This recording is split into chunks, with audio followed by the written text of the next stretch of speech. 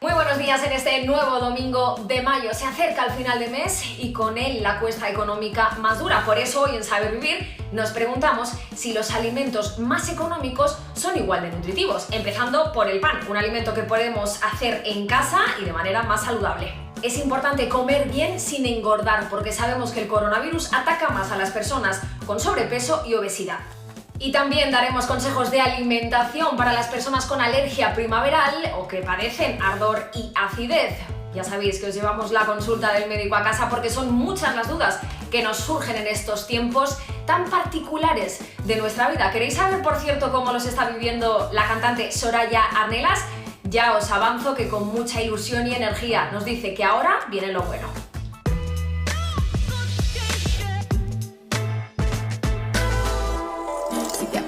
Nos vemos, aunque nos tengamos que esconder. Si quieres jugar, juguemos. Para mí saber vivir es tener un estilo de vida que a uno personalmente le funcione, que le haga sentirse bien. Me maquillé, mamá. Estamos muy bien, yo no. Muy bien, hija. Que le haga sentirse mentalmente positivo y físicamente activo, alimentándonos equilibradamente. Contaré hasta 10 y si te busco no me ves.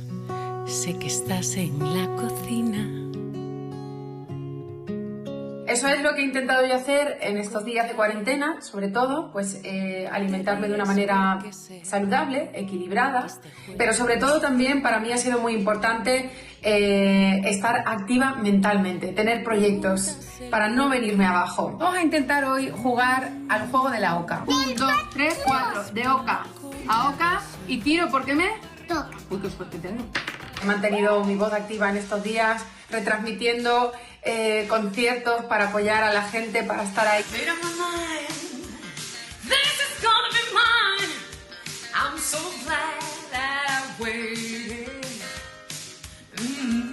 Deciros que ahora viene lo bueno como mi single, este álbum nuevo que tengo que se llama Luces y Sombras.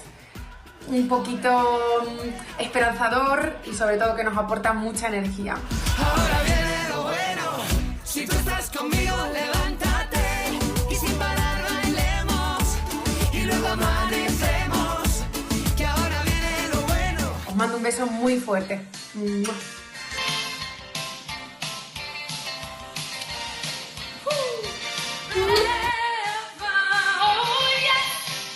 Cantante como Soraya es Montana Tucker. Mirad con qué ritmo se mueve con su madre en el salón de su casa. Zumba, que te zumba en mitad de la cuarentena de Florida.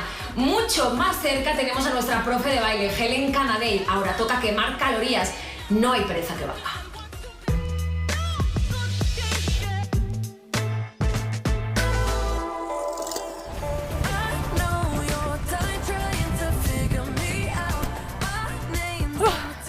Oye, eso de entrenar cardio es durísimo, ¿eh? Y eso que está bien que ya estamos saliendo a la calle, pero ¿sabes qué haría? Si nos montamos una coreografía a lo Dua Lipa, Cardio Dance, sudamos igual, quemamos calorías y encima lo pasamos bien y bailando, que me gusta a mí. ¿Me acompañáis a casa? Venga, vámonos. ¿Cómo comenzamos? Una respiración arriba, otra más y desde arriba y abajo moviendo las caderas mientras los brazos se quedan aquí y acaban de bajar. Abro, abro, patadita adelante. Correr, correr, correr. Me preparo, caderita, caderita. Y lo hacemos 2 veces. Fácil, ¿no? Cardio a tope, sudar mientras bailamos y nos lo pasamos bien. Arriba y abajo. Vamos a hacer pliés, pero sin sacar el culete. Abajo, 2. Vamos allá con la parte del estribillo. Venimos de saltar aquí lateral, lateral, enseñando la cintura y nos colocamos aquí. Pierna derecha delante, pierna izquierda detrás. Mientras una pierna está totalmente firme, rodilla doblada, la otra se acerca y se va. 1, 2. Tenemos que notar el cuádriceps. 7, 8. ¿Y qué hacen los brazos para acompañar para acelerar un poquito más el corazón y sudar un poco más. Brazos arriba. Y cuando recojo piernas, recojo brazos. Estiro todo, recojo todo. 1, 2, 3, 4 y cambio de lado. Los últimos saltos, como si esquiáramos muy rápido, pies juntos de un lado a otro. El brazo hacia la dirección en la que voy, sube. 7, 8 y el último sprint, y sprint de verdad. A correr. Hasta que digo stop. Y volvemos a comenzar. Don't show up, don't come out, don't start caring about me now. Walk away, you know how, don't start caring. Y ahora sí lo tenemos. Podéis volver a repetir la canción de Dua Lipa, preparada para hacerlo 2 veces igual. Pero yo ahora a estirar y a comerme la receta de Marta. Que aproveche. Bueno, yo me he cambiado y todo porque es que he acabado sudadísima, que es como espero que acabéis vosotros de tanto ensayar ese estribillo de Dua Lipa. Mientras tanto, aquí os espero a que me mandéis vuestros vídeos de este Dua Lipa Super Cardio Dance. Ahora que se habla tanto de las vacunas con el coronavirus, recordad que la mejor vacuna es siempre el ejercicio físico. Y si tenéis alguna molestia y no sabéis qué fármaco tomar, muy atentos porque pasamos consulta desde casa.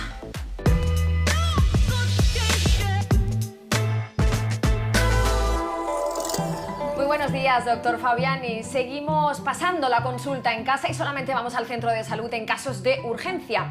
En ese sentido, lo que hace mucha gente es autodiagnosticarse y automedicarse en síntomas tan comunes como pueden ser el ardor, por ejemplo. Bueno, puestos a hacer un autotratamiento, lo que tenemos que plantearnos es hacerlo bien, Miriam. Y ya te adelanto que el autotratamiento no siempre empieza por la automedicación. Por ejemplo, en el caso de los ardores, de la acidez que me comentaba, hay que vigilar fundamentalmente 4 cosas antes de plantearnos tomar alguna medicación. Primero, vigilar nuestro peso. A más kilos nos sobren, más riesgo de reflujo. El sobrepeso, la obesidad favorecen el reflujo, así que tenemos que controlar nuestro peso. Tenemos que vigilar también la cantidad de lo que comemos. A comidas más abundantes, más copiosas, más reflujo. Mientras más lleno esté el estómago, Miriam, más riesgo de que ese estómago rebose, que en definitiva es lo que ocurre en el reflujo. Así que comidas poco cuantiosas. Tenemos que vigilar también la calidad de lo que comemos, evitando determinados alimentos, sobre todo alimentos muy grasos, por supuesto los fritos, y algunos productos como el café o el alcohol que favorecen esa acidez, esos ardores. Y en cuarto lugar, tenemos que vigilar cómo nos vamos a la cama. Nos tenemos que ir a la cama habiendo cenado poco, como acabamos de comentar, habiendo cenado hace un tiempo para que demos margen a que hagamos esa primera parte de la digestión antes de acostarnos. Y fundamental, si tenemos ese reflujo, esos ardores repetidos, es importante que elevemos la cabecera de la cama, unos 10-15 centímetros. Ojo, la cabecera de la cama, no vale con meter un almohadón gordo, la clave no es que la cabeza se incorpore solo, sino que todo el cuerpo tenga esa inclinación. Muchas veces con estas 4 cosas que tenemos que vigilar se controlan los síntomas sin requerir más tratamiento. Está claro que la prevención es la mejor medicina, pero doctor, ¿pasa algo por tomar antiácidos de manera habitual si tenemos esos síntomas de los que estamos hablando? Si yo puntualmente me tengo que tomar un antiácido no pasa nada, pero si eso me hace falta habitualmente, tengo que consultar con mi médico para que averigüemos qué es lo que está ocurriendo. Hay veces que es una leve inflamación del esófago sin ninguna importancia, pero otras veces puede ser algo más serio lo que se esconde detrás de ese ardor. Pues fíjate, apaga tu ardor es precisamente el lema de una campaña que quiere prevenir el cáncer digestivo asociado al ardor. La apoyan muchas personalidades conocidas. También en Saber Vivir damos nuestro apoyo. Que no sea demasiado tarde, apaga tu ardor. Apaga tu ardor. Hay que prevenir el cáncer de esófago antes de que sea demasiado tarde. Por favor, no dar patadas a nadie en el esófago porque duele mucho y sobre todo baja la autoestima y eso no es bueno. Así que seguir sus directrices, por favor, y vamos a prevenir esos ardores tan terribles antes de que se haya peor. Estamos hablando del ardor, de la acidez, del reflujo. ¿Qué pasa, doctor, si estamos siguiendo todas esas pautas de alimentación y aún así tenemos molestias? ¿No será que algún medicamento no nos está sentando demasiado bien? Pues podría ser, Miriam. Por eso lo que tenemos que plantearnos fundamentalmente es que todas las medicaciones tienen efectos secundarios y algunos tratamientos los conocemos mucho. Por ejemplo, el hierro que utilizamos para la anemia. Y además, como es una medicación que hay que tomar en ayunas, pues a veces esto aumenta un poquito estas molestias. Otros son como los antiinflamatorios, que también sabemos de hace mucho tiempo, ¿verdad? Hemos comentado muchas veces que pueden producir molestias gastrointestinales. Pero hay otros tratamientos que pueden producir estas molestias, como algunos antibióticos, algunos antidepresivos o las medicaciones que tomamos, por ejemplo, para tratar la osteoporosis. Por eso lo importante, Miriam, ante este tipo de síntomas, plantearnos dos cosas. Uno, recordar siempre, mientras menos medicación, mejor. Y si un tratamiento es imprescindible, buscar la alternativa que tenga menos efectos secundarios. Y ahí siempre hemos hablado, por ejemplo, que para tratar el dolor o para tratar la fiebre, pues siempre es preferible poner delante los analgésicos que los antiinflamatorios, por ejemplo, por esa seguridad. Y lo segundo, cuando aparezca un síntoma que podría ser un efecto secundario, es importante detectarlo, porque si no podemos caer en lo que los sanitarios llamamos una cascada terapéutica. ¿Y esto qué significa? Significa que tomo una medicación y como me produce un efecto secundario, ahora lo que hago es buscar otra medicación que alivie ese efecto secundario y así sucesivamente entro en esta cascada de medicaciones pues que no me llevan a mi salud precisamente. ¿Y no será más fácil tomarnos un protector de estómago, un omeprazol y así nos quitamos el problema? Pues mal empezamos, Miriam, porque le llamamos protector de estómago, un nombre que está muy mal puesto, porque con ese nombre pues podemos pensar que protege el estómago de cualquier cosa y en cualquier circunstancia, y esto no es así. Y otra duda que tengo, ¿para tomar medicación no es mejor para que no te caiga mal, como se dice popularmente, tener el estómago lleno? Pues depende, Miriam. Hay medicaciones que se absorben mejor con el estómago vacío, como por ejemplo el hierro. Hay medicaciones que se absorben mejor con el estómago lleno. Y hay medicaciones que aunque se absorben igual de bien con el estómago lleno vacío, es verdad, como los antiinflamatorios, por ejemplo, que recomendamos tomarlo con el estómago lleno porque parece que así disminuye la molestia. Pero al final es que depende de cada medicación. Cada medicación se debe tomar de una manera determinada. Por eso es importante cuando mi médico me recomienda un tratamiento, pues que le pregunte bien para tener claro cómo debo tomarlo. Esas recomendaciones que estamos dando también valen para las personas que toman medicamentos de manera diaria para el dolor de articulaciones. Hay quienes toman todos los días antiinflamatorios o analgésicos. Con este tipo de medicamentos, Miriam, no tenemos que plantearnos tanto si tomarlo o no con el estómago lleno, sino plantearnos que no debemos llenar nuestro estómago de ese tipo de medicamentos, porque tienen efectos secundarios, tanto a nivel gastrointestinal como a nivel cardiovascular. Los antiinflamatorios, el menos tiempo posible y a la menor dosis posible. Y recordando que en los procesos de dolores crónicos, como por ejemplo en la artrosis, la actividad física, mantenerse activo es fundamental para controlar sus síntomas y prevenir la rigidez que puede ocasionar. Todos debemos mantenernos activos en casa, también quienes tienen dolor de articulaciones. Para todos ellos aquí van unas pautas básicas. Una de las articulaciones más afectadas es la mano y para ello un ejercicio muy fácil de hacer es con estas pelotas, las tenemos de distintos tamaños. Cuanto más pequeña la pelota, más fácil es el ejercicio y lo que consiste el ejercicio es en apretar fuerte estas pelotas y abrirlas. Apretar fuerte de tal manera que vamos a conseguir tanto hacer la movilidad de la muñeca como conseguir la fuerza. Otra de las articulaciones afectadas son la cadera y para ello un ejercicio muy fácil es estando sentada, como estoy ahora mismo en este banco, levantar la rodilla hacia el pecho y bajar. Esto es, levantar la rodilla al pecho y bajar. Este ejercicio, por ejemplo, lo podemos realizar 10 veces, pues 3 o 4 veces al día. La otra articulación bastante afecta es la rodilla, para ello debemos de hacer estiramientos de la rodilla estando sentadas en una silla o en una mesa incluso, hacer extensiones de la rodilla y por último, otra de las articulaciones también muy dañadas y con muchos dolores es el pie y el tobillo. Para ello hay este ejercicio en el que podemos realizar giros marcándolo con el dedo gordo del pie hacia un lado y hacia otro. De esta manera estamos moviendo tanto la articulación del tobillo como la del pie. Y por supuesto el ejercicio principal para todos nosotros, aunque estemos metidos en casa, es andar.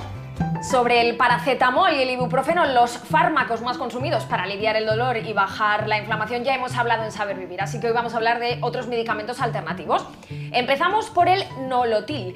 ¿Es cierto, doctor Fabiani, que quita mejor el dolor que el paracetamol porque es más potente? Me preguntan por el metamizol, que es el nombre del principio activo. El metamizol efectivamente es analgésico, o sea, alivia el dolor, También es antipirético, o sea, sirve para bajar la fiebre, y es espasmolítico, por eso es especialmente eficaz en algunos dolores tipo cólico. Pero para hablar de potencia o no potencia, Miriam, siempre tenemos que recordar que no todos los dolores son iguales. No es lo mismo tratar un dolor de muela que tratar un cólico nefrítico o que tratar un dolor de cuello. Tenemos que valorar qué es lo que queremos tratar y para eso elegir el analgésico adecuado, recordando que el primer escalón nunca debe ser la medicación, sino otros remedios como calor local, como ejercicio. Del nolotil, además, se dice que puede ser peligroso porque destruye los glóbulos blancos de nuestro sistema inmune, o al menos eso hemos leído en internet. Respecto a lo que leemos en internet, recordad, nos puede servir para informarnos, pero cuidado que hay veces que nos podemos asustar más de la cuenta. Ese efecto es conocido de hace muchísimos años, es lo que se conoce como agranulocitosis, Miriam. Significa que se altera la producción de glóbulos blancos. Glóbulos blancos, Miriam, las verdaderas defensas. Y no esas que alguno intenta subir a golpe de jalea real o de yogures enriquecidos. Pero como este efecto secundario es conocido, por eso, cuando se toma el metamizol se recomienda hacerlo durante poco tiempo, a dosis no muy elevada y siendo especialmente cauto, especialmente precavido en las personas de edad avanzada. Vamos ahora con un antiinflamatorio, un primo hermano del ibuprofeno como es el Enantium. ¿Es cierto que estos fármacos no deben consumirse más de 3 días seguidos? Me preguntas por el desquetoprofeno y efectivamente lo vemos por el nombre desquetoprofeno, primo hermano del ibuprofeno. Es otro antiinflamatorio no esteroideo y es cierto que ahora se está utilizando bastante en los últimos tiempos, en parte porque parece que el inicio de acción puede ser un poco más rápido y también porque en cierta medida está un poco más de moda. Es verdad, recordemos, como antiinflamatorio tiene los mismos efectos secundarios, aunque es verdad que parece que el ibuprofeno tiene un perfil de seguridad un poco mejor, es decir, es un poco más seguro, tanto a nivel digestivo como a nivel cardiovascular. Con los antiinflamatorios en general, Miriam, siempre la misma recomendación, poco tiempo y a la menor dosis posible. ¿Y qué me dices entonces de la aspirina? Porque es un fármaco que parece que tiene una doble cara, por una parte que nos cuida el corazón, por otra parte que nos daña el estómago. Es verdad que la aspirina, que pertenece también al grupo de los antiinflamatorios no esteroideos, ha demostrado que es muy útil en la prevención secundaria. ¿Esto qué quiere decir? Que personas que ya han tenido un infarto de corazón, por ejemplo, o han tenido un ictus, pues en estas personas parece que esa toma de aspirina a dosis baja sirve para prevenir un segundo episodio y por eso en esos casos está indicado. Pero esto no lo ha demostrado cuando lo hacemos en personas que se encuentran bien, que están sanas, sin enfermedades importantes. Por eso debemos evitar caer en aquello de, bueno, yo me voy a tomar una aspirinita infantil todos los días por si acaso, porque si yo estoy previamente sano no me aporta ningún beneficio y son medicaciones que han demostrado que aumentan el riesgo de un sangrado gastrointestinal. Así que mucho cuidado con caer en esos autotratamientos por nuestra cuenta. Y una duda más, doctor Fabiani, ahora que se habla tanto del coronavirus, ¿es cierto que las personas que siguen algunos de estos tratamientos de los que estamos hablando tienen más riesgo ante esta infección? Es verdad que la COVID-19 se manifiesta de manera más grave y con mayor mortalidad en personas que son de edad avanzada o que tienen enfermedades crónicas, sobre todo si esas enfermedades crónicas son varias y si están descontroladas. Por eso es fundamental que todos, Miriam, todos mantengamos estas medidas de distanciamiento social, de uso de mascarillas, de lavado de manos, para prevenir no ya nuestro contagio, sino contagiar a otras personas, especialmente a estas personas más sensibles y que pueden sufrir consecuencias más graves de la enfermedad. Pues por nuestra salud y por la de todos, vamos a conocer más sobre el coronavirus de la mano de un especialista.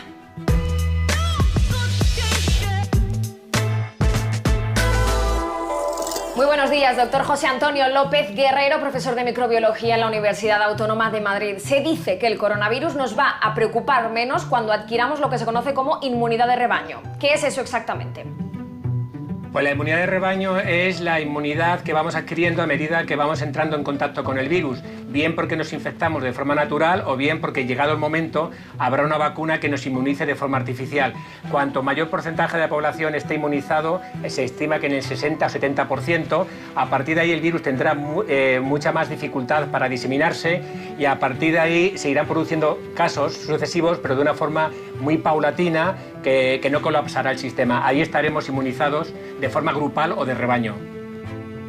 Como esa inmunidad de rebaño todavía no ha llegado, no debemos bajar la guardia, debemos seguir tomando las medidas de distanciamiento social, llevar mascarilla cuando se deba o lavarnos las manos.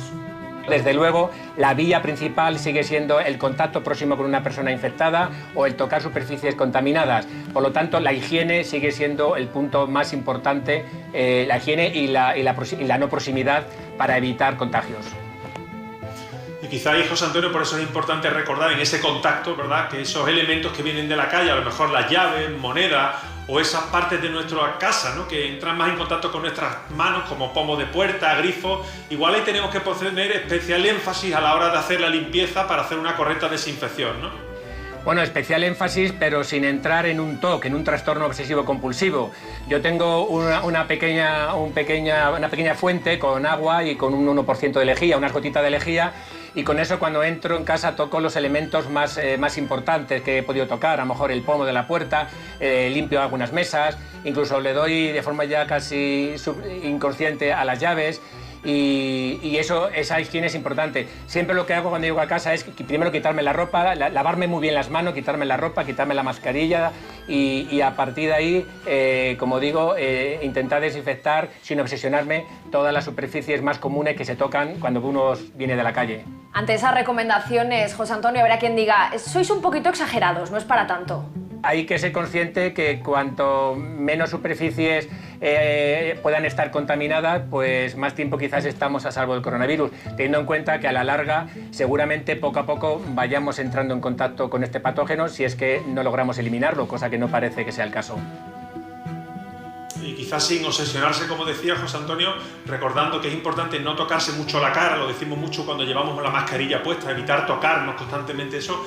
Igual las personas que utilizan gafas de sol o gafas de ver, pues también en esa medida de sentido común, sin obsesionarse hay que tener precaución porque es algo que tocamos con mucha frecuencia y que bueno, que igual tampoco viene mal de vez en cuando desinfectarla un poco, ¿no? Sí, además es importante. Lo que has dicho de las mascarillas es especialmente importante porque hay algunas mascarillas, estas las FF2 y 3, que se ajustan mucho a la cara y luego al quitárnosla tenemos una sensación de picor y de malestar y de una forma inconsciente tendemos a rascarnos y demás. Hacerlo con las manos limpias antes, lo primero de todo. En cuanto a las gafas, pues también no podemos hilar fino y ahora las gafas y las monedas y los billetes y las llaves. Yo lo que hago es, después de darme un poquito de hidrogel en las manos, con cuidado, me toco las patillas de las gafas y con eso considero que más o menos estoy cumpliendo algún protocolo. Desde luego, resquicios para que el virus pueda entrar en contacto con nosotros siempre va a haber. Lo que hay que hacer será minimizarlos. Ya que habéis hablado de las gafas de sol, ¿qué papel juega aquí la luz solar, José Antonio? ¿Es capaz de matar al virus? Pues un papel muy importante. Las altas temperaturas han visto que afectan al virus y la radiación solar, la radiación ultravioleta, esa que hace que cuando paseo por el sol sin darme cuenta, sin gorro, a los 10 minutos tengo mi calvita muy colorada, pues esa misma afecta a los virus, sobre todo a los virus de ARN como material genético, que es un material más lábil y se ha visto que inactiva. Nosotros inactivamos a los virus en el laboratorio con luz ultravioleta. Ojalá ese sol nos ayude tanto por la temperatura como por la irradiación, porque bueno, además el sol ya sería otro punto fuerte a sumar, un sol que ya sabemos que nos ayuda a la salud de nuestros huesos, a la salud ósea por su papel en la vitamina D y que además ese día que amanece soleado nos anima a salir a la calle, a salir al aire libre, a ir al campo, donde además el riesgo de contagio es menor de cualquier virus respiratorio, del coronavirus también, porque estamos más distanciados y en un aire más limpio. Así que ojalá sea así, pero ojo, recordemos, cuando empieza a apretar el sol, que el sol está muy bien, pero que también con cautela, como todo tiene su riesgo, así que si lo hacemos con protección tanto de la piel como de los ojos. Seguiremos vuestros consejos. Muchísimas gracias, doctor López Guerrero. Un placer, un abrazo. Y también gracias a ti, Fernando Fabián, y vamos a seguir, como decíamos, tus consejos, vamos a salir a tomar el sol, pero con precaución, porque eso es bueno para nuestra salud y para nuestra belleza.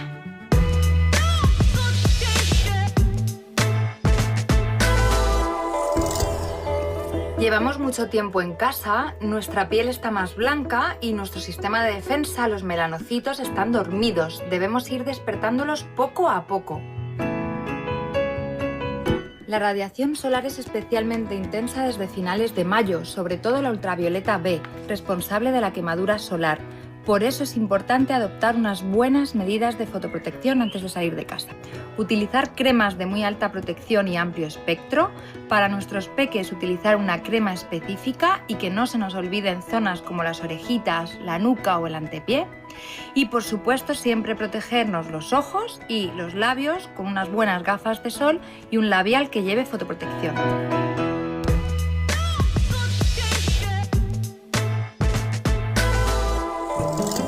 La piel también se cuida con una buena alimentación, pero claro, comer cuesta dinero y este mes de mayo la cuesta económica puede ser cada vez más empinada, sobre todo por el impacto que el coronavirus haya podido tener en algunas familias.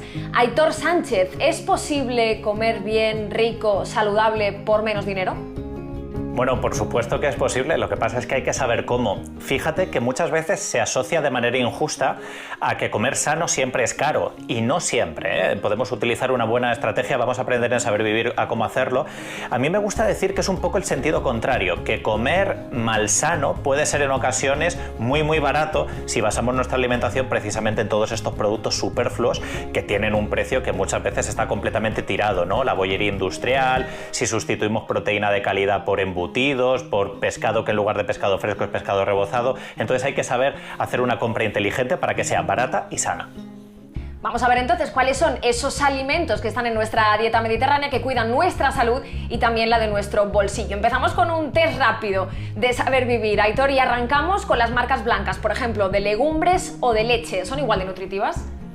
Por supuesto que son iguales de nutritivas. Además has nombrado dos tipos de producto, que es la legumbre en bote y la leche, que están muy estandarizadas, que son prácticamente homogéneas, iguales, y aquí únicamente cuando estamos comprando una marca a veces buscamos pequeños sabores diferentes, pequeños calibres en la legumbre que sean distintos, pero nutricionalmente son exactamente iguales. Vamos con la fruta fresca. Las hay que son más pequeñas, más baratas, menos llamativas, quizá por ejemplo las manzanas. ¿Nutren igual? Tú has dado en la clave. A veces con el precio lo que estamos pagando es un poco el aspecto, ¿no? Y poder sorprender quizás a nuestros invitados con una ciruela más grande de lo normal, ¿no? Con unos colores y con un aspecto que sea quizás más llamativo, pero nutricionalmente no tiene nada que ver. Entonces sabemos que la fruta y la verdura que sea fea es exactamente igual de saludable.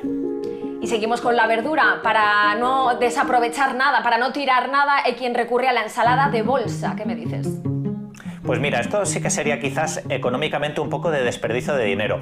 Está bien porque nos da mucha facilidad, podemos valorarlo en nuestra familia, el decir, mira, compro unos canónigos, rúcula, lechuga en bolsa porque me lo hace mucho más cómodo, pero ahí es cierto que estás pagando un sobrecoste que quizás podrías ahorrar mucho más en tu familia si comprases la lechuga entera o también las hojas de diversos vegetales que son comestibles y así preparar obviamente tu ensalada. A veces cuando compramos a granel estamos ahorrando mucho más que el producto ya preparado en bolsa. Y además también mucho más respetuoso con el medio ambiente. Pasamos ahora al pescado y al marisco. Congelado suele ser más barato, ¿igual de nutritivo? Sí, completamente igual de nutritivo, y más desde que tenemos esta tecnología de la ultracongelación que prácticamente se hace después de la captura. El pescado fresco a veces es un poco por estacionalidad, porque es más temporal, porque sabemos que es una captura un poco más cercana, pero insisto, nutritivamente no tiene absolutamente ninguna diferencia y permite que muchas familias se puedan dosificar incluso mucho mejor. Así que pescado congelado, una muy buena alternativa. Y acabamos con el aceite. El de girasol es más barato y dentro del aceite de oliva tenemos de diferentes tipos. De aceite de oliva, Aitor, ¿merece la pena escoger el más económico siempre?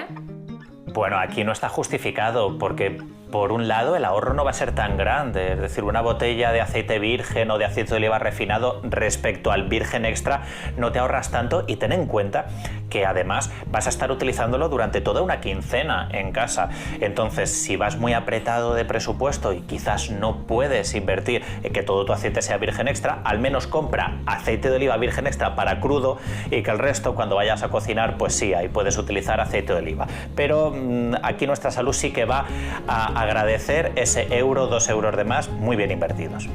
¿Y qué me dices de las ofertas? Sobre todo en grandes superficies encontramos reclamos como 2x1, 3x2, descuentos del 70% o incluso descuentos porque ese producto está a punto de caducar. Si tú vas a comprar y hay una oferta de 3x2 o el 50% con una verdura que tú no pensabas incluir ese día, no pasa nada, incorpóralo, o con una conserva que no tenías previsto. Lo que tampoco podemos hacer es que toda nuestra compra esté justificada por ofertas y decir, yo voy al supermercado y compraré todo lo que esté de oferta. No, porque hay productos que son saludables y no saludables. Entonces aprovechemos e incorporemos a nuestra cesta de la compra todo aquello que digamos que sea saludable y esté de oferta. Eso sí que es un muy buen criterio para comer sano y también ahorrar en nuestra cesta. Y lo que está claro también es que tenemos que aprovechar la comida para no tirar nada. Pero ¿qué pasa, por ejemplo, si se nos pone el pan duro? O si compramos en exceso y luego lo congelamos. ¿Va a mantener igualmente su valor nutricional el pan? lo va a mantener. Y además esta segunda idea que has dicho es muy buena, porque sobre todo en familias pequeñas, gente que viva sola, a veces va por una barra de pan integral y luego no se la puede terminar entera. Ahí lo que recomendaría es ya filetearla, ¿no? Hacer rebanadas y poder congelarlo. El pan descongelado aguanta muy bien directamente a la sartén, lo puedes meter en la tostadora y va a tener un resultado muy bueno. Y si ya llegamos tarde y no podemos preverlo y por lo tanto el pan se nos ha puesto duro, siempre podemos triturarlo, ¿no? Hacer pan en polvo y a lo mejor añadirlo a una preparación tan veraniega como puede ser el salmorejo. Fíjate, Aitor, que cada vez hay más gente que se pone en la piel de los panaderos, como por ejemplo esta amiga nuestra del programa que celebra así de bien el haber elaborado su primer bollo. Huele que alimenta. Y para animaros a hacer pan casero, ahí van algunos consejos. Muy atentos.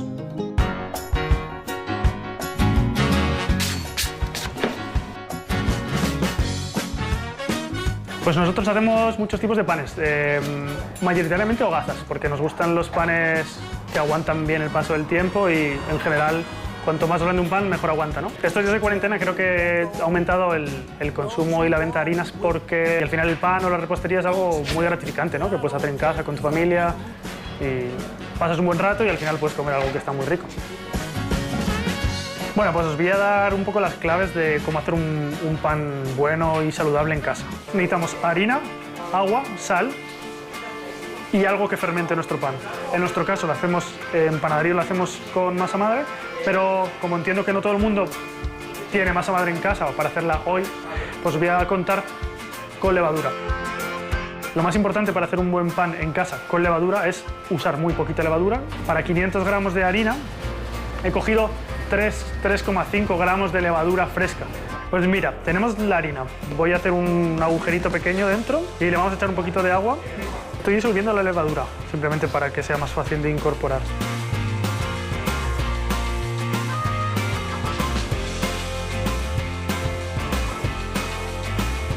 Para que un pan no nos salga duro o apelmazado, influyen muchos factores. Está claro que si la masa de por sí es seca, el resultado va a ser seco. Cuando la masa está más o menos incorporada y no tenemos ni harina seca ni agua suelta, incorporamos la sal. Ha desaparecido el agua y tenemos una masa más o menos uniforme. Si la tocamos, sigue siendo pegajosa, pero quizás un poquito menos después de haberle estado dando un par de veces. Cogemos una esquinita, la estiramos y la cerramos al centro y hacemos lo mismo con las 4 esquinas. Después de estos pliegues lo dejamos encima de la mesa 1 hora más a temperatura ambiente y después a la nevera, hasta mañana. Pues a la nevera. Cuanto más tiempo tengamos un pan fermentando, más tiempo nos va a durar fresco después.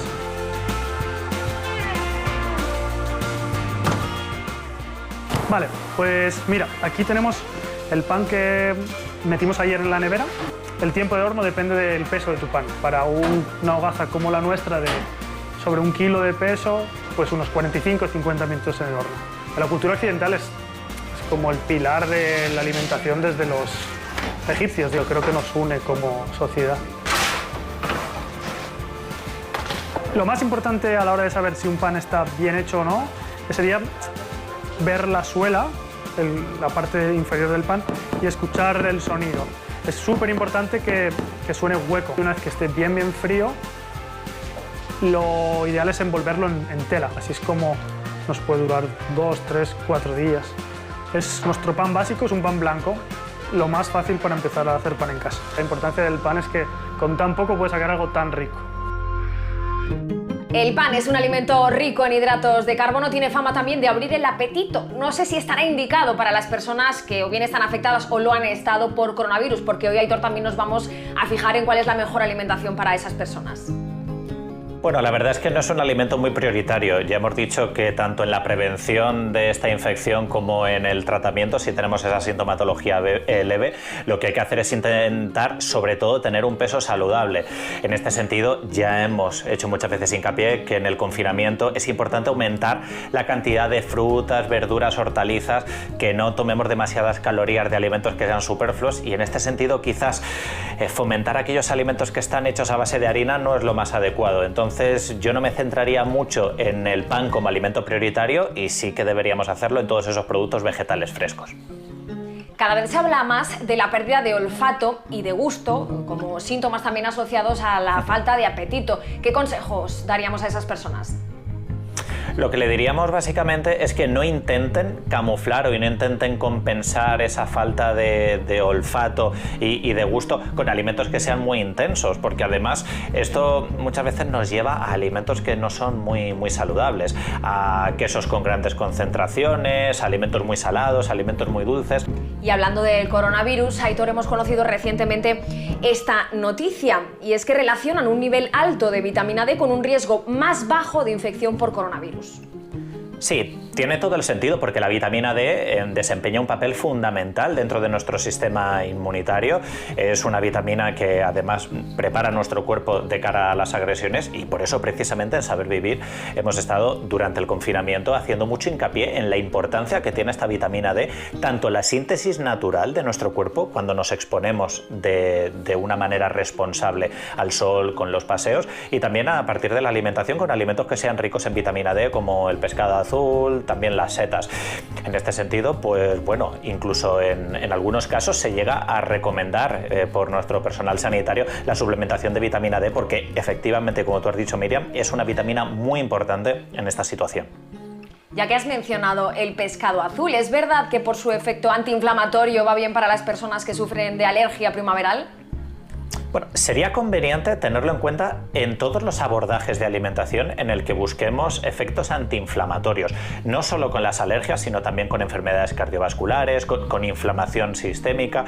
Y estamos hablando de pescado azul, pero también otros alimentos que puedan tener esta función, como por ejemplo las semillas, los frutos secos. Ahora, eso sí, que nadie piense que por tener una alergia y tomar alimentos antiinflamatorios nos va a permitir combatirlo. Entonces, por favor, no seamos irresponsables y tenemos que tener en cuenta todas las recomendaciones de nuestro alergólogo. Hablando de alergias, ¿es mito o realidad que las personas alérgicas al polen deberían evitar la miel? Bueno, sería una recomendación bastante responsable, sobre todo si no sabemos cuál ha sido el método de producción de esa miel, porque muchas veces nos encontramos algunas trazas de polen dentro de esos frascos. De todos modos, y como hemos dicho también muchas veces en el programa, como la miel es un alimento que no debería tener mucho protagonismo en nuestra alimentación, porque es sobre todo en su composición azúcar, pues tampoco pasa nada, no estamos restringiendo un alimento prioritario y en este sentido, si somos personas que tienen esta alergia, pues mira, una razón de más para no recurrir tanto a este alimento que es sobre todo muy azucarado. Apuntado queda. Muchísimas gracias, Aitor Sánchez, dietista, nutricionista y tecnólogo alimentario. Nos apuntamos todos tus consejos que van bien para nuestra salud ahora que estamos tan preocupados.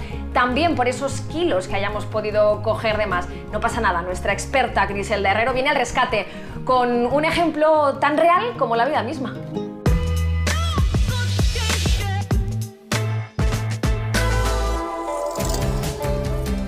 Hola, Griselda. Hola. Qué sorpresa, ¿eh? ¿Cómo estás? Muy bien, ¿y tú? Muy bien, fenomenal, pero un poco preocupado. Es lo que toca. Teletrabajo y con la familia que le pilló todo esto afortunadamente fuera de aquí y me he quedado solo. Y mis hábitos han cambiado y estoy comiendo mucho peor y empiezan a engordar y me da miedo. ¿Y los horarios? ¿Han cambiado en algo tus horarios? Todos los días tomo un aperitivo como si fuera un domingo y luego ceno bastante más tarde, pero rollo a las 11 de la noche. Es muy importante mantener no solo la planificación de las comidas, sino también unos horarios regulares, para que eso nos impida pues, estar con una sensación de más hambre y estar picoteando. Me has dicho que ahora consumes pues, cosas que antes no comía, ¿no? Por ejemplo, ponme algún ejemplo. Como cosas precocinadas, cosas orientales, que antes jamás, nunca. Refrescos, bebo más refresco. Me echo purés de verduras, pero me hago picatostes fritos. Y los que hacía para toda mi familia me los como todos yo. Vamos a ir por partes. ¿Qué pasa con los precocinados? Al tener pues, muchas grasas, azúcares o harinas refinadas, lo que nos pasa es que nos apetece mucho, ¿no? ¿Qué pasa? Que normalmente los refrescos, por ejemplo, los solemos asociar a productos que son más calóricos y menos saludables. Tú no asocias tomarte un refresco con una ensalada. Luego siempre más vicios después de cenar, unas galletas, sin azúcar todo. Eso es malo también. Claro, el hecho de que no lleven azúcar no quiere decir que sean mejores, porque al final siguen siendo bollería, al final siguen siendo productos ultraprocesados. Iñaki, dime una cosa, ¿y cómo está tu actividad física normal? Eres adivina, ¿no?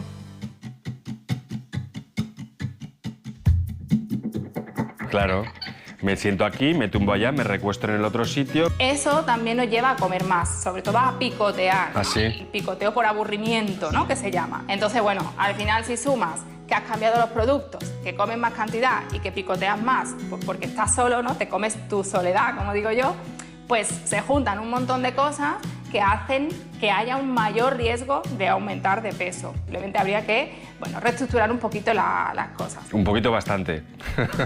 Bueno, pues ya veo que me tengo que poner serio. Voy a escuchar ahora tus tips y a ver si la próxima vez te llamo y te digo, oye, fenomenal, gracias, Griselda. Seguro que sí. Ya te contaré. Un besito. ¿Qué podemos hacer para que la alimentación no sea un problema o un estrés adicional? En primer lugar, vamos a intentar planificar nuestras comidas. Vamos a hacernos un menú, intentar ir a la compra ajustándonos a ese menú. Lo que va a ser lo principal va a ser la verdura y a eso le acompañaremos los hidratos de carbono y las proteínas. Mantener un horario regular de las ingestas también nos va a ayudar. Y por último, vamos a intentar mantenernos activos dentro de las cosas que podemos hacer en casa, pues con las tareas del hogar o bien jugando con nuestros hijos. Como cualquier exceso, el exceso de kilos nunca es bueno y ahora en tiempos de coronavirus el sobrepeso y la obesidad pueden convertirse en nuestros peores enemigos. ¿Por qué? ¿Cuál es el motivo? Se lo vamos a preguntar al doctor Gonzalo Guerra. Doctor, cuéntanos. ¿Qué tal, Miriam? Pues en estos tiempos de coronavirus, en los que tenemos que prevenir la infección no es solo quedarnos en casa, usar mascarillas y guardar las distancias. Prevenir la infección es tener nuestro organismo en el mejor estado posible para resistirla si nos llegase.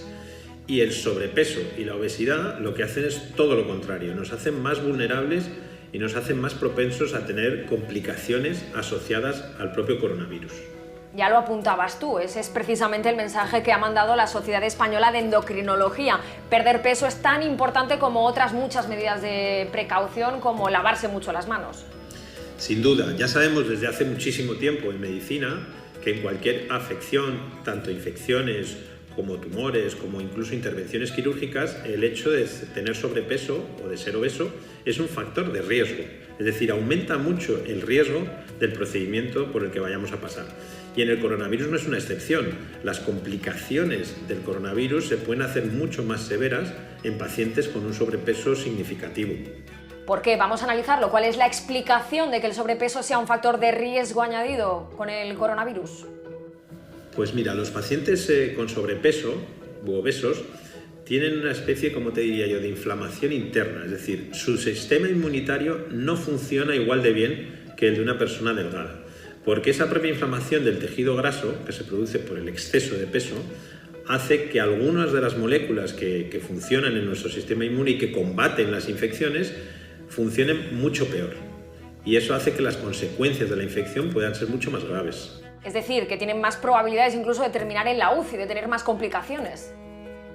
Sin duda. De hecho, lo que suele ocurrir es que los pacientes obesos o que tienen un sobrepeso importante tienen complicaciones asociadas a la infección del coronavirus que les hacen acabar con mucha más frecuencia tanto ingresados como en unidades de cuidados intensivos. Por ejemplo, complicaciones respiratorias son mucho más severas en pacientes con sobrepeso que en pacientes con peso normal, complicaciones cardíacas, complicaciones circulatorias. Al final, todo esto se agrava cuando tienes un sobrepeso franco. ¿Ese sobrepeso hace que también tengan las defensas bajas? Sin duda.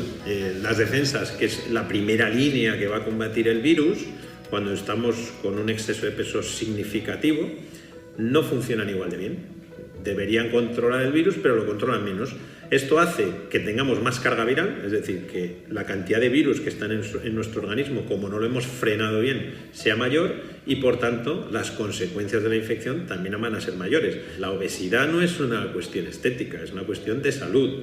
Y el estar obesos o el estar con un sobrepeso importante va a hacer que nuestro organismo responda peor a cualquier enfermedad. Ahora hablamos del coronavirus porque es lo que nos ocupa, pero en general cualquier infección siempre es más grave en un paciente obeso que en un paciente con peso normal. Fíjate que según la información que hemos tenido, casi el 90% de las personas fallecidas por coronavirus tenían un índice de masa corporal superior al 25. ¿Qué significa eso? Pues mira, el índice de masa corporal es un cociente que hacemos entre la altura del paciente y el peso del paciente, para entender si estamos con un sobrepeso ligero, con un sobrepeso importante o si estamos ante una obesidad. Entonces, para que te hagas una idea, hasta 25 consideramos un índice de masa corporal normal.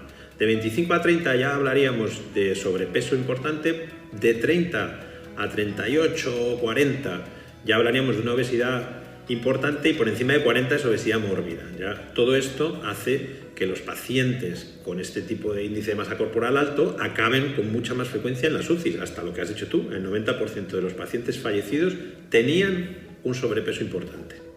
Fíjate que hemos encontrado una tabla que nos ayuda un poco más a orientarnos respecto al índice de masa corporal, que viene a decir lo siguiente: si mides 1,60 m y pesas más de 76 kilos, vas a tener un índice de masa corporal de más de 30, obesidad. Igual que si mides 1,70 m y pesas más de 86, o si mides 1,80 m y pesas más de 97 kilos. Estas tablas son importantes para que la gente se haga una idea, porque tú le dices a alguien, oye, ¿cuál es tu índice de masa corporal? Y no lo sabe calcular. Entonces, más o menos, con esa orientación que has dado en cuanto a la altura y el peso un poco que diríamos límite, por encima del cual ya estamos ante una obesidad, nos ayudan a que sea fácil de entender por la gente. Evidentemente, luego hay que tener en cuenta pequeños detalles, no es lo mismo un atleta con muchísimo músculo que una persona que no lo tenga, pero en general eso nos va a orientar muy bien para saber si estamos con un sobrepeso importante o no.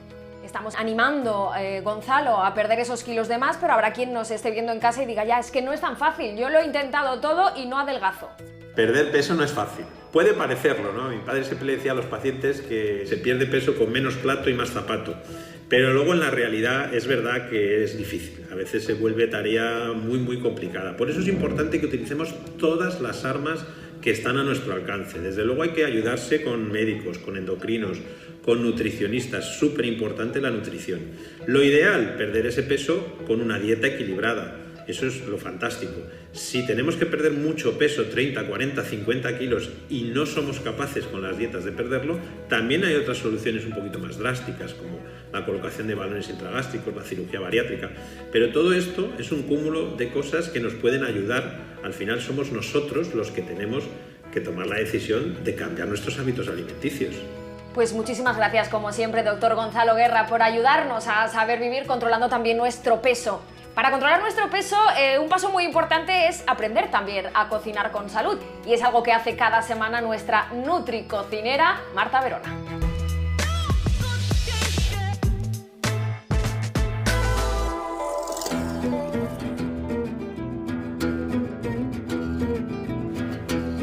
Menú. Tengo que empezar así hoy porque os traigo unas propuestas de recetas súper coloridas y saludables. Empezamos con el desayuno. Vamos a hacer unas tostadas de pan integral de centeno con queso fresco y ojo, siempre acompañamos el queso fresco, el queso crema, con una mermelada de fresa, está buenísimo. Pues os voy a dar un truco, vamos a hacer una mermelada más saludable con semillas de chía.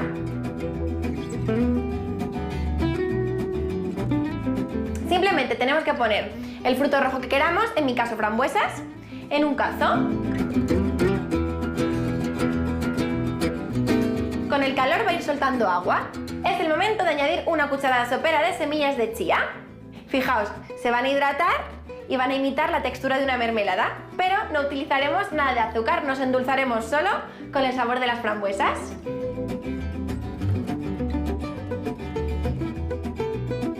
Echamos esta confitura casera sobre el queso fresco, terminamos con un par de frambuesas y tenemos un desayuno delicioso. Definición gráfica de bocado delicioso. Vamos con la comida, os propongo una crema de lombarda, hablábamos de color y qué color más bonito que el morado. Para hacerla es súper sencilla, muchas veces no sabemos cómo abordarla. Simplemente tenemos que cortarla en láminas y la ponemos en la olla express. Cerramos la olla y la cocemos durante 40 minutos. Al sacarla, yo lo que he hecho ha sido ponerlo en un vaso de batidora con un poquito del líquido de su cocción y tan sencillo como triturarlo. Vamos a hacer una crema buenísima. Trituramos la lombarda junto con un buen chorrito de aceite de oliva virgen extra.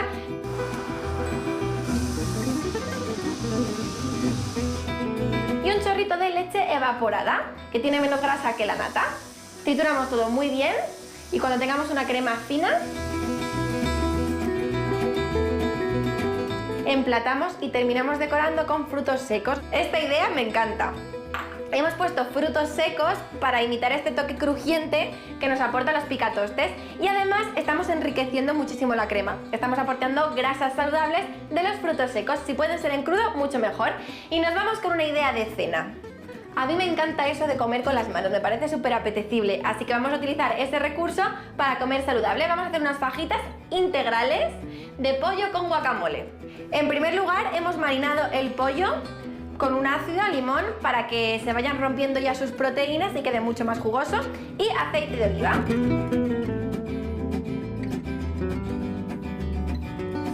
Lo marcamos en la plancha. Para el guacamole tenemos tomate ya picadito. Incorporamos la pulpa de 2 aguacates, el chorrito de una lima, terminamos con un toque de cilantro y machacamos todo muy bien con un tenedor.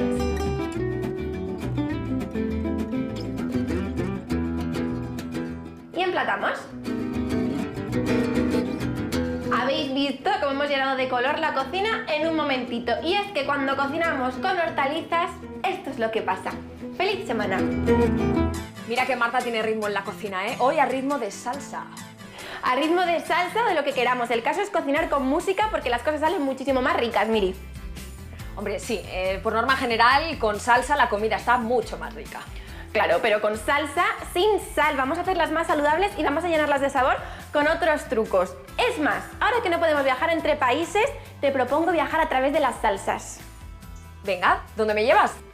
Te llevo a Italia, por ejemplo. Una buena pasta integral bien rica con una salsa carbonara. ¿Cómo la haces tú? ¿Con o sin nata? Mira, yo sé que hay mucha gente que la hace con nata, pero yo creo que no es así, ¿no? Estás en lo cierto, Miri. La salsa carbonara original no lleva nata, es mucho más saludable. Lo que lleva es huevo, sobre todo yemas de huevo, un chorrito de leche y queso parmesano rallado. Aquí en Saber Vivir vamos a hacer la versión saludable. Mira, te la enseño por aquí para que la veas desde casa, qué rica. Y lo que vamos a hacer para utilizar menos queso es darle sabor con calabaza asada. Lo vamos a triturar todo y queda fenomenal. Maravilloso. ¿Qué te parece si ahora me llevas a Francia? ¡Oh, la Francia! Me encanta la salsa bechamel. Tú lo utilizarás por San Esteban, ¿no? Claro, con los canelones, sí. Claro. Pues vamos a hacerla más saludable. ¿Cómo? En primer lugar, vamos a mejorar su perfil de ácidos grasos. Vamos a utilizar aceite de oliva en vez de mantequilla. Vamos a utilizar harina integral. Seguro que desde casa también lo ves, Miri. Como tiene el salvado, esta bechamel. Esto es pura fibra, nos viene fenomenal. Y al contrario de lo que la gente piensa, utilizamos leche entera, porque es mucho más saciante, porque va a hacer que queramos comer menos y además la hacemos más fluida para comer menos cantidad y no prescindir de sabor. Rico y más saludable, como siempre. Venga, Marta, que me apetece cruzar el charco. Vámonos a América. América, por favor. Miri, dime una salsa americana a base de fruta. Guacamole.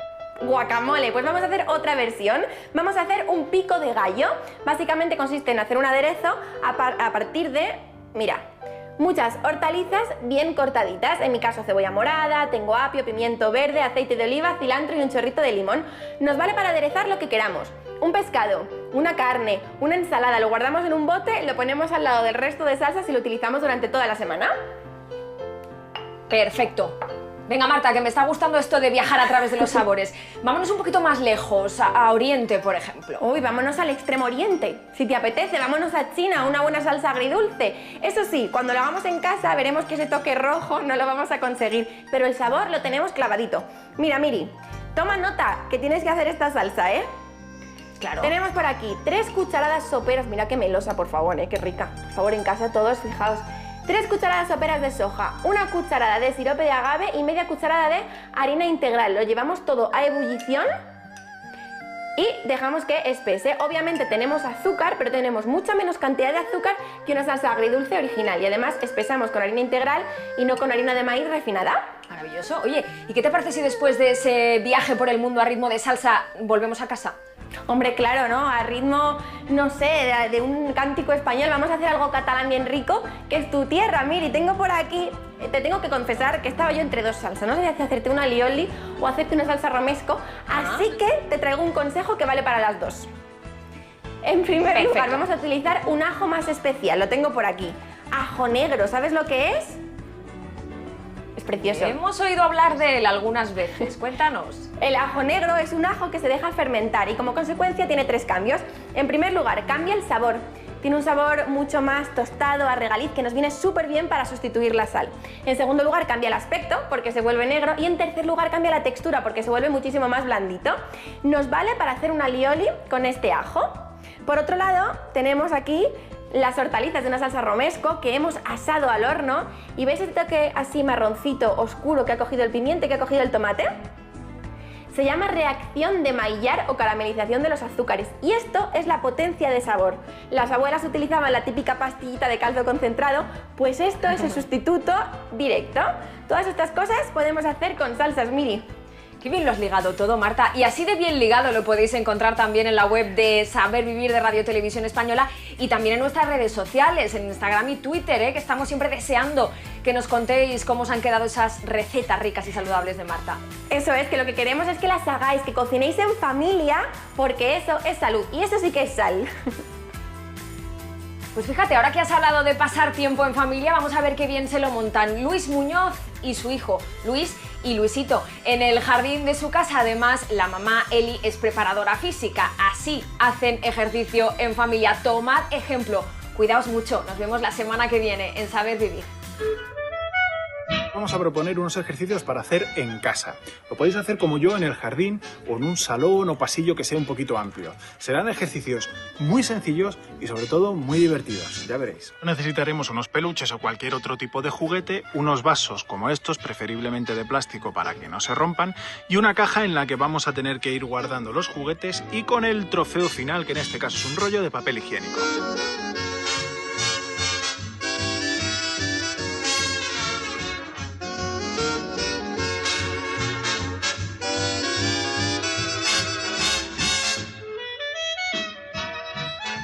Para el segundo ejercicio necesitamos el palo de una escoba y ganas de pasarlo bien. Echaremos el palo al frente a la altura del pecho, damos un pasito hacia atrás y dejamos caer el peso sobre nuestra pareja. Y lo que haremos con la espalda bien rectita será ir subiendo alternativamente las rodillas hacia el centro. Haremos 5 repeticiones con cada una. Trabajamos el equilibrio y también el tren inferior. Por último, una postura básica de yoga, el árbol. Primero colocamos la planta del pie en la cara interna del muslo y después estiramos los brazos bien hacia el cielo, tocándonos la cabeza con la parte interna.